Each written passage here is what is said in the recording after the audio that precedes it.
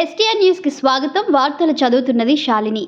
Mahabub Nagar municipal corporation పరిధిలో భూగర్భ drainage వ్యవస్థ అభివృద్ధి కోసం మొత్తం 603 కోట్ల వ్యయంతో భారీ ప్రాజెక్టుకు ప్రభుత్వం ఆమోదం తెలిపిందని మహబూబ్ నగర్ ఎమ్మెల్యే ఎన్ఎం శ్రీనివాసరెడ్డి తెలిపారు. ఎమ్మెల్యే క్యాంపు కార్యాలయంలో విలేకరులతో మాట్లాడుతూ ఆయన నగర ప్రజలు దశాబ్దాలుగా ఎదుర్కొంటున్న మురుగునీటి సమస్యలకు ఇది శాశ్వత పరిష్కారం అవుతుందని అన్నారు. శుభ్రమైన ఆరోగ్యకరమైన పట్టణ నిర్మాణం దిశగా ప్రభుత్వం అత్యంత ప్రాధాన్యతనిస్తోందని పేర్కొన్నారు.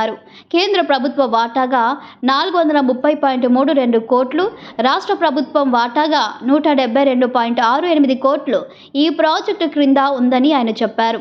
అర్బన్ ఇన్ఫ్రాస్ట్రక్చర్ డెవలప్మెంట్ ఫండ్ ద్వారా ఈ నిధులు విడుదలయ్యాయని తెలిపారు. త్వరలో టెండర్ ప్రక్రియ ప్రారంభమవుతుందని, పనులు అత్యుత్తమ నాణ్యతతో వేగంగా పూర్తి చేయాలని సంబంధిత శాఖలతో సమన్వయం జరుపుతామని ఆయన చెప్పారు. ఎన్నికల సందర్భంగా ఇచ్చిన హామీ మేరకు మహబూబ్ నగర్కు IIIT నీట్ తెచ్చి అండర్ గ్రౌండ్ డ్రైనేజ్ ఏర్పాటు చేస్తానని హామీ ఇచ్చానని, అందులో IIIT ఇప్పటికే మహబూబ్ నగర్కు వచ్చిందని, 240 మంది విద్యార్థులతో కళాశాల ప్రారంభమైందని గుర్తు చేశారు. ఇప్పుడు అండర్ గ్రౌండ్ డ్రైనేజీ ప్రాజెక్టు కూడా అమలు దిశగా సాగుతుండటం సంతోషకరమని అన్నారు. ఎమ్మెల్యేగా గెలిచిన తరువాత ఇప్పటి వరకు 1000 కోట్ల నిధులు మహబూబ్ నగర్ అభివృద్ధికి తెచ్చామని, కొన్ని పనులు పూర్తి కాక మరికొన్ని టెండర్ గ్రౌండింగ్ దశలో ఉన్నాయని వివరించారు. 29 ఏళ్ల వయసులోనే కేంద్ర ప్రభుత్వ ఉద్యోగం వదిలి తెలంగాణ ఉద్యమంలో ప్రజల కోసం పోరాటం చేశానని, ప్రజల సంక్షేమమే తన ధ్యేయమని తెలిపారు. మహబూబ్ నగర్ అభివృద్ధి, ప్రజల శ్రేయస్సే తనకు మొదటి ప్రాధాన్యత అని పేర్కొన్నారు. 24 గంటలు నేను ప్రజల సంక్షేమం కోసమే పనిచేస్తున్నామని, అందుకే మహబూబ్ నగర్కు ఎన్నడూ లేని విధంగా నిధులు వస్తున్నాయని చెప్పారు. మహబూబ్ నగర్ ప్రజలు నన్ను నమ్మి గెలిపించినందుకు మహబూబ్ నగర్ ప్రజలకు అభివృద్ధి, సంక్షేమం అందిస్తానని ఆయన స్పష్టం చేశారు. తెలంగాణ రాష్ట్రంలో మహబూబ్ నగర్ను అన్ని రంగాల్లో మొదటి స్థానంలో ఉంచడమే తన కర్తవ్యమని, ఏ పార్టీ అని నేను చూడనని, రాష్ట్ర ప్రతినిధిగా నేను కేంద్ర ప్రభుత్వంతో అత్యధిక నిధులు తెచ్చేందుకు అన్ని విధాల ప్రయత్నం చేస్తానని ఆయన స్పష్టం చేశారు. అందుకే పార్టీలకు అతీతంగా రాష్ట్ర కేంద్ర ప్రభుత్వాల సహకారంతో నిధులు తెస్తున్నామని ఆయన చెప్పారు. గతంలో మహబూబ్ నగర్ అభివృద్ధికి ఈ స్థాయిలో ప్రాజెక్టులు ఎవరైనా తెచ్చినట్లు నిరూపిస్తే చర్చకు సిద్ధమన్నారు. ఈ కార్యక్రమంలో జిల్లా గ్రంథాలయ సంస్థ chairman Mallu Narasimha Reddy, Congress party senior నాయకులు ఎన్పి వెంకటేష్, మారిపల్లి సుందర్ రెడ్డి, జిల్లా మత్స్య పారిశ్రామిక సహకార సంఘం person incharge Gonela Srinivasulu, DCC ప్రధాన కార్యదర్శి సిరాజ్ ఖాద్రి,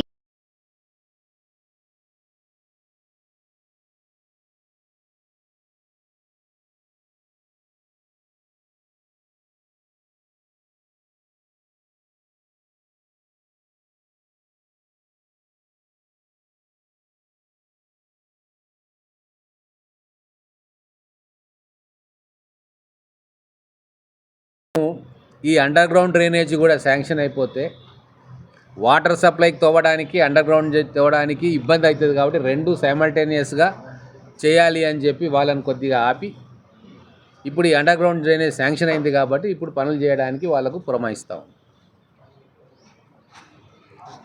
సో ఈ దాంట్లోనే 600 కోట్లు అండర్ గ్రౌండ్ డ్రైనేజు, 220 కోట్లు వాటర్ సప్లై ఆగ్మెంటేషన్, అంటే 820 కోట్ల రూపాయలు మహబూబ్నగర్ శాంక్షన్ చేసుకోవడం జరిగింది.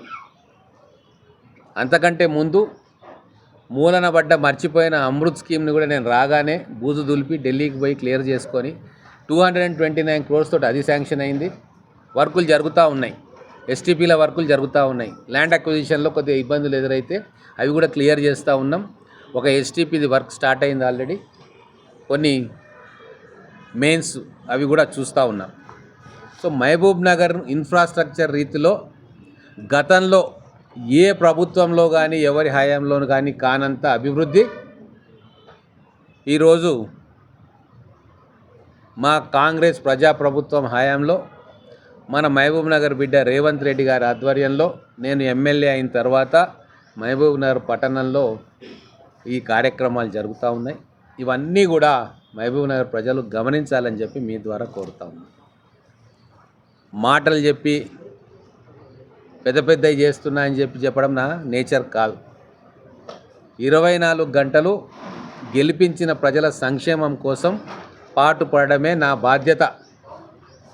మిగతా పనులన్నీ కూడా అయ్యేటివి అయితేనే ఉంటాయి, కానివి కావు. కానీ నా బాధ్యత ప్రధానంగా మహబూబ్ నగర్ పట్టణాన్ని తెలంగాణలోనే నెంబర్ 1 పట్టణంగా తీర్చిదిద్దడం. అందుకోసమే ప్రజలు నన్ను గెలిపించారు. అందుకే ఈ మున్సిపాలిటీని కార్పొరేషన్గా చేసి దీని గౌరవాన్ని పెంచినాం. ఆ కార్పొరేషన్ అయినట్టుగా దానికి తగ్గట్టుగా నిధులను తీసుకురావడంలో నిరంతరం కృషి చేస్తూ ఉన్నాం. నిధులు తీసుకొచ్చి శాంక్షన్ చేయడం 50% పని. దాని తర్వాత వచ్చే అడ్డంకులు చాలా దుర్భేద్యమైన అడ్డంకులు ఉంటాయి. టెండర్ వేసుకోవాలా, డిపిఆర్లు తయారు చేయాలా, మళ్ళీ ఆ టెండర్కు మంచి కాంట్రాక్టర్లు రావాలా, ఆ కాంట్రాక్టర్సు టెండర్ అలాట్ అయిన తర్వాత బ్యాంక్ గ్యారంటీస్ కట్టుకోవాలా. ఇవన్నీ కూడా 6 నెలల నుంచి సంవత్సరం పాటు జరిగే ప్రక్రియ. ఇవన్నిటినీ ప్రతి క్షణం మానిటర్ చేస్తూ నిరంతరం శ్రమిస్తేనే నేను కానీ, మా ప్రభుత్వం కానీ, మా నాయకులు కానీ శ్రమిస్తే తప్ప ఇది గ్రౌండింగ్ కాదు. ఏదో జీవో తీసుకొచ్చి కాగితం చూపించినట్టు చేస్తే అది సగం పనే అవుతుంది. అందుకే మహబూబ్ నగర్లో ఉన్నప్పుడు ప్రజలతోటి డైరెక్ట్గా కలిసి వాళ్ళ సమస్యలు పరిష్కరిస్తున్నాం. మహబూబ్ నగర్లో నేను లేని రోజు ఖచ్చితంగా నేను సెక్రటేరియట్లనో, మంత్రుల దగ్గరనో, అధికారుల దగ్గరనో ఉంటా. 24 గంటలు మహబూబ్ నగర్ సంక్షేమం కోసమే పనిచేయడానికి నిర్ణయించుకున్నా. కాబట్టే ఎక్కడా లేని విధంగా గతంలో మనకు మహబూబ్ నగర్కు ఫండ్స్ వస్తూ ఉన్నాయి. ఈ 600 కోట్లు శాంక్షన్ చేయడానికి నాకు 1.5 సంవత్సరం పట్టింది.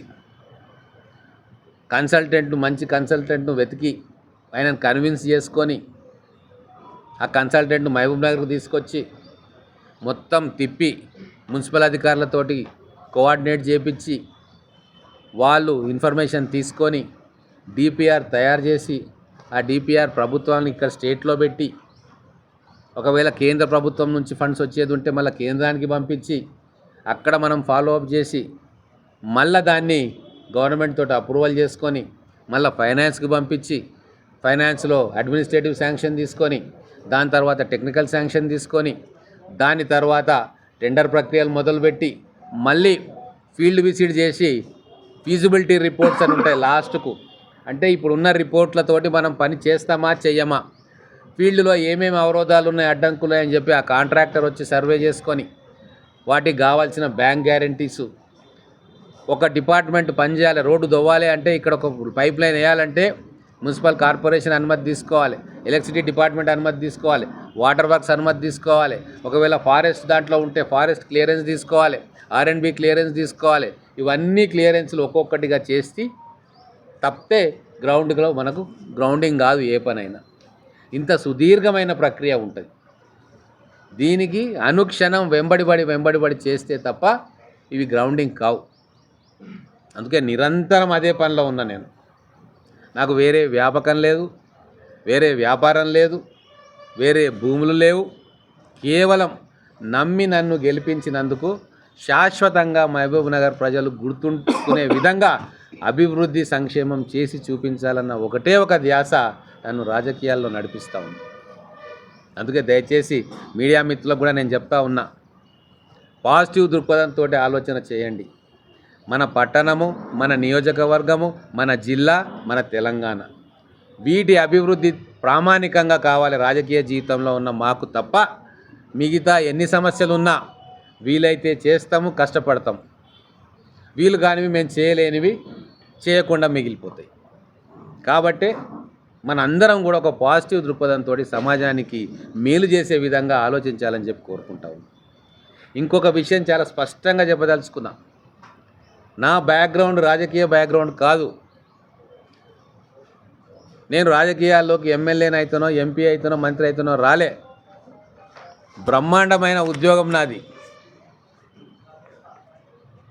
29 ఏళ్ల వయసులోనే ఆ ఉద్యోగాన్ని వద్దని చెప్పి తెలంగాణ ఉద్యమంలోకి వచ్చిన, మలిదశ తెలంగాణ ఉద్యమంలో ఉద్యోగం వదిలేసి వచ్చిన ఏకైక వ్యక్తిని నేను ఘంటాపథంగా చెప్తా.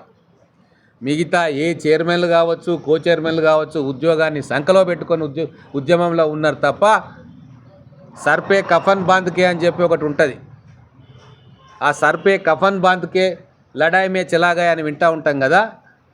నా జీవితాన్ని ఫనంగా పెట్టి మా భార్యా పిల్లలు కూడా వద్దంటే కూడా వదిలేసి 29-30 ఏళ్ళ వయసులో బొంబాయి వదిలేసి, ఢిల్లీ వదిలేసి హైదరాబాద్కి వచ్చి తెలంగాణ ఉద్యమంలో నా కార్యక్రమాన్ని మొదలుపెట్టిన.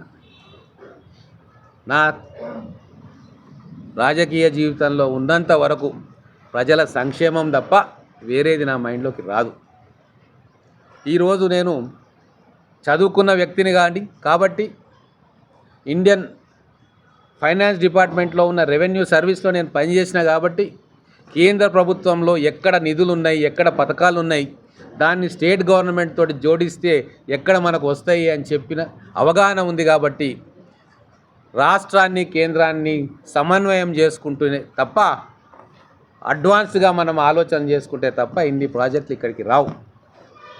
తెలంగాణలో ఏ నగరాన్ని చూసినా కూడా ఈ 2 ఏళ్ల వ్యవధిలో ఇన్ని ప్రాజెక్టులు వచ్చిన దాఖలా ఒకవేళ మీరు చూపిస్తే చర్చకు నేను రెడీ. ఇవి నేను ఎందుకు చెప్తున్నానంటే రాజకీయ నాయకునికి సిస్టమ్ మీద లోతైన అవగాహన ఉండాలి, రూల్స్ అండ్ ప్రొసీజర్స్ మీద అవగాహన ఉండాలి. ఏ రూల్ ప్రకారం మనం చేయొచ్చు, ఏ రూల్ను మనం అతిక్రమించొద్దు అనేది విజ్డమ్ అనేది తనకు తానుగా ఏర్పాటు చేసుకోవాలి. ఆ లైన్లో పనిచేసిన రాజకీయ నాయకుడు ఖచ్చితంగా సక్సెస్ అవుతాడు. కేవలం ఈరోజు బెనిఫిట్ కోసం ఏదో ఒకటి చెప్పి దాన్ని ఏదో మసిబూసి మారేడుకాయ చేస్తే ఖచ్చితంగా అది షార్ట్ టర్మ్ గెయిన్ అవుతుంది తప్ప పర్మనెంట్ లాభం అనేది మనం తీసుకురాలేం. అందుకే ఈరోజు మనం చూస్తే కేవలం ఇన్ఫ్రాస్ట్రక్చర్ మీద అమృత్ది 220 కోట్లు, ఆగ్మెంటేషన్కు 220 crores, దీనికి 600 కోట్లు, అంటే 1000 కోట్ల రూపాయలు మహబూబ్ నగర్కి నేను వచ్చిన తర్వాత శాంక్షన్ జరిగినాయి. కొన్ని గ్రౌండ్ అవుతున్నాయి, కొన్ని కాబోతా ఉన్నాయి. మహబూబ్ నగర్ చరిత్రలో ఎప్పుడు కూడా ఇంత భారీ ఎత్తున ఇన్ఫ్రాస్ట్రక్చర్ కోసం నిధులు రాలే. చాలామంది చాలా రకాలుగా చెప్తారు. అసలు నేను మాట్లాడొద్దు అనుకుంటున్నా కానీ మాట్లాడాల్సి వస్తుంది. మేము గతంలో ఉన్నప్పుడు ఇది చేసినాము, ఇంకోటి ఇది చేసినాము, 50 కోట్లు తెచ్చినాం, 20 కోట్లు తెచ్చినాం. ఈరోజు 1000 కోట్ల రూపాయలు మహబూబ్ నగర్ ప్రజల ముందు ప్రాజెక్టులు తీసుకొచ్చి శాంక్షన్ చేస్తున్నాం.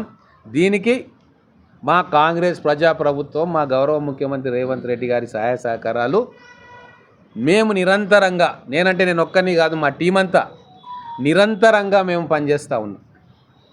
ఇప్పుడు నేను ఢిల్లీకి పోతే ఇక్కడ కాన్స్టిట్యున్సీ ఎవరు చూసుకోవాలి? నేను హైదరాబాద్ పోతే ఎవరు చూసుకోవాలి? ఇదే టీం కదా.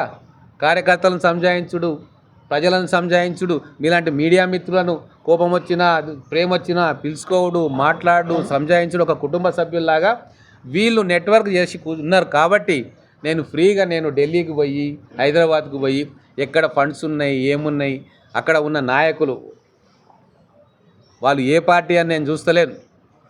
వాళ్ళు కేంద్ర ప్రభుత్వం ప్రతినిధులు, నేను రాష్ట్ర ప్రభుత్వానికి ప్రతినిధిని. రాష్ట్ర ప్రభుత్వం నుంచి చేసేది రాష్ట్ర ప్రభుత్వ పెద్దల దగ్గర అడుగుతా, కేంద్ర ప్రభుత్వం చేసేది అక్కడ కేంద్ర ప్రభుత్వాన్ని నడిపిస్తున్న రాజకీయ పార్టీ పెద్దల దగ్గరికి పోతా. ఎటువంటి భేషజాలు కూడా నాకు లేవు. మా ప్రథమ బాధ్యత ప్రజలకు ఇచ్చిన మాట నిలబెట్టుకోవడము, మహబూబ్ నగర్ని అభివృద్ధి చేసుకోవడము, తెలంగాణ రాష్ట్రాన్ని అభివృద్ధి చేసుకోవడం. ఈ గైడ్లైన్స్లోనే మేము పనిచేస్తాం. నాకు అద్భుతమైన టీం నాకు దొరికింది. అన్ని రకాలుగా నాకు చేదోడు వాదోడుగా ఉంటున్నారు. కాబట్టే ఈరోజు నేను గర్వంగా మేము ఇది సాధించిన మా పార్టీ తరఫున, మా ప్రభుత్వం తరఫున, మా ముఖ్యమంత్రి గారి అండతోటి అని చెప్పి గర్వంగా చెప్పదలుచుకుంటున్నాం. మామూలుగా అయితే ఈరోజు ఇంకా ఉన్నాయి శాంక్షన్స్ వచ్చేటివి. ఎడ్యుకేషన్ పరంగా కూడా గతంలో 1 రూపాయి రాలే. నేను రాగానే 3 కోట్లు వొకేషనల్ కాలేజ్కి, 2 కోట్లు జూనియర్ కాలేజ్కి ఇమ్మీడియట్ రిపేర్ కోసం చేసిన. మన గర్ల్స్ జూనియర్ కాలేజ్ పరిస్థితి చూస్తే మనసు చివుక్కుమంటుంది, టాయిలెట్లు లేక. పిల్లలకు టాయిలెట్లు కూడా కట్టేయలేని దురవస్థలో గత ప్రభుత్వాలు ఉండే. టాయిలెట్లకు ఇప్పుడు టెండర్ అయింది, కడుతున్నాం. 5 కోట్ల రూపాయలు గర్ల్స్ జూనియర్ కాలేజ్కు శాంక్షన్ అయింది, ఎస్టిమేట్ జరుగుతూ ఉన్నాయి. ఎంబీఎస్ జూనియర్ కాలేజ్కు 5 కోట్లు శాంక్షన్ చేయించినాం, దానికి ఎస్టిమేట్ జరుగుతూ ఉన్నాయి. టెండర్ త్వరలోనే పోతాం. అలాగే ఎంబీఎస్ డిగ్రీ కాలేజీకి కూడా త్వరలోనే మనకు శాంక్షన్స్ రాబోతా ఉన్నాయి 20 కోట్లు. ఆ కాగితం వచ్చినప్పుడు మళ్ళీ ప్రెస్ మీట్ పెడతా. ఏ రంగంలో కూడా గతంలో చేసిన అభివృద్ధి కంటే 10 రెట్లు ఎక్కువ అభివృద్ధి ఇప్పుడు జరుగుతూ ఉంది. మా రిక్వెస్ట్ మీకు ఏంది అంటే ఈ విషయాన్ని పాజిటివ్ కోణంలో ప్రజలకు చూపించే ప్రయత్నం మీరు చేస్తే ఇంకా ఉత్సాహంతో మహబూబ్ నగర్కి ఇంకా నిధులు తెచ్చే కార్యక్రమం నేను చేస్తాను. చిన్న చిన్న సమస్యల మీద నా మైండ్ డైవర్ట్ అయ్యేలాగా మనం ప్రయత్నం చేస్తే నా శక్తి సామర్థ్యాలు మొత్తం కూడా వాటి మీద కేంద్రీకృతం అవుతాయి. నన్ను కొద్దిగా ఫ్రీగా వదిలిపెడితే ఇంకా అద్భుతమైన ఫలితాలు తీసుకొచ్చే అవకాశం ఉంటుంది. దాంట్లో నా మీడియా మిత్రులు, మా కుటుంబ సభ్యులు మీరందరూ సహాయ సహకారాలు అందించాలని చెప్పి మిమ్మల్ని విజ్ఞప్తి చేస్తాం.